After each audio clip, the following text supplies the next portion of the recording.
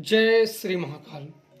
साधना में शक्ति पास रहने का क्या संकेत है? अगर आप साधनाएं कर रहे हो और आपके इर्द गिर्द शक्तियां हैं तो आप कैसे उन्हें महसूस कर सकते हो और कैसे जान सकते हो? जब व्यक्ति कोई भी साधना करने का इच्छा या ठानता है तो उसके नियम होते हैं, उसके विधि विधान होते हैं। अब व्यक्ति नियम और विधि विधान द्वारा साधना करने के लिए गया तो जो साधना शक्ति में अगर इर्द गिर्द अगर अगल बगल आपके शक्तियां हैं, जहां आप साधना घर में कर रहे हो, बाहर कर रहे हो, पहाड़ों पे कर रहे हो, कहीं भी कर रहे हो, तो जब इर्द गिर्द आपके शक्तियां हैं तो आपके यह संकेत होने लगते हैं। वह संकेत क्या होते हैं, चलो आप जानते हैं।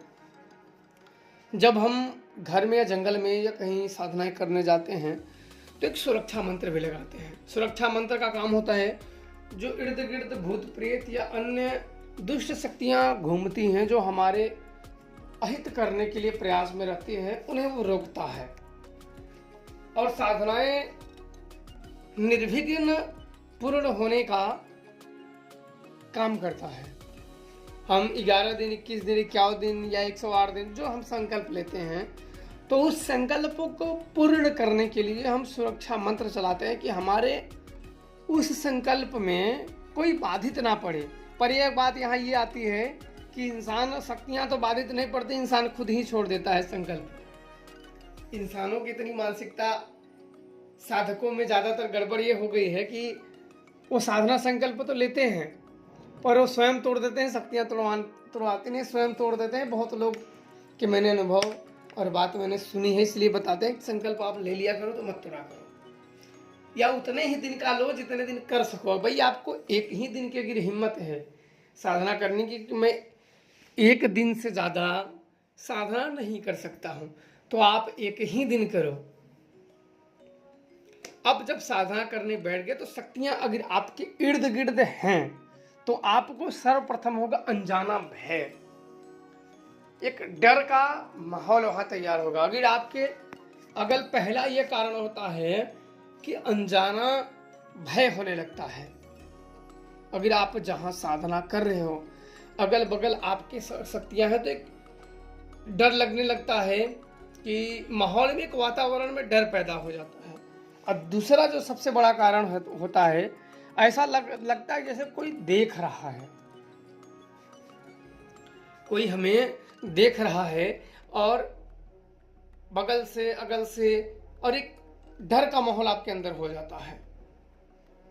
जब कोई रातों में आपको लगे, ऐसा लगेगा कि हाँ भाई देख रहा है, तो आपका मन कैसा करेगा कि भाई ये पक्का रात का है, तो भूत प्रेत हम उसी से जोड़ के देखने लगते हैं। जब उससे जुड़ गया तो व्यक्ति जरूर डरने लगता है।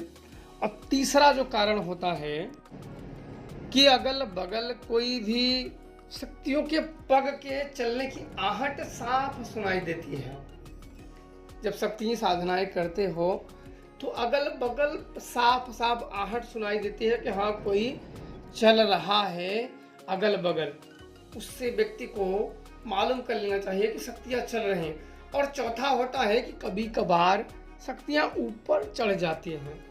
जैसे व्यक्ति के सवारी बोलते हैं कि ऊपर सवारी कस लेती हैं, तो बोलती नहीं है पर ऊपर चढ़ जाती हैं, खेलने लगती हैं, बोल भी लेती हैं, लेकिन अफसोस वहाँ कोई बुलाने वाला चाहिए होता नहीं है।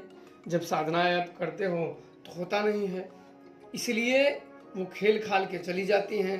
पांचवा जो होता है, कोई हवा के झोंकों से जैसे शरीर को टच कर लेना, शरीर को छू लेना, या आपको महसूस हो शक्तियां करा देती हैं कि हाँ कोई अगल बगल अदृश्य शक्ति है, अगल बगल कोई शक्ति है जो अगल इधर उधर चल रही है या छू रही है या महसूस करा रही है।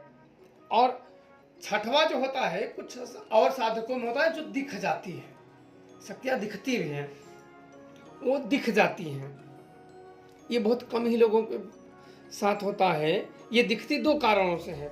एक तो आंख आगे बंद करे रहोगे फिर भी अगर 1 किलोमीटर दूर है वगैरह, फिर भी आपको यहीं से दिख जाएंगी।